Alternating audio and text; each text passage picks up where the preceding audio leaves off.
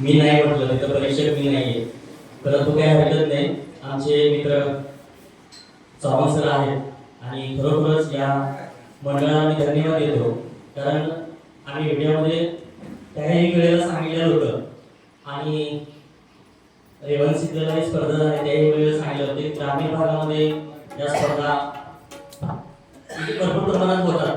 परंतु मी कळवळतेने एकच गोष्ट सांगत असतो की ग्रामीण भागामध्ये खूप चांगली मुलं असतात आणि त्यांना घडवण्याचं काम मात्र आपलं आहे.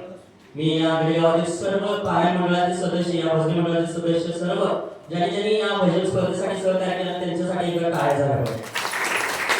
तर हा हे जे धाडस आहे, आज काळाची गरज आहे. आज टीव्हीच्या माध्यमातून मी प्रत्येक वेळेला बोलत असतो, टीव्हीच्या माध्यमातून असेल किंवा व्हॉट्सअपच्या माध्यमातून असेल, प्रत्येक जण आपल्या जवळ आलेले आहे.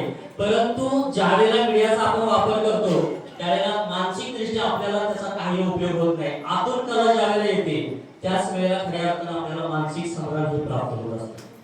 आणि हे कलाकार मोठे पाहिले तर असं लक्षात येतं, त्यांना विचारा 5-5, 6-6 तास एका ठिकाणी रियाज करावा लागतो आणि हेच काम आपल्याला पुढे घ्यायचं आहे. संतांचे विचार पत्रिका थोडीशी वाचली मी आणि खूप छान असं नियोजन केलेलं आहे तिने, कारण त्यांनी 12 मिनिटाचा वेळ दिलेला आहे.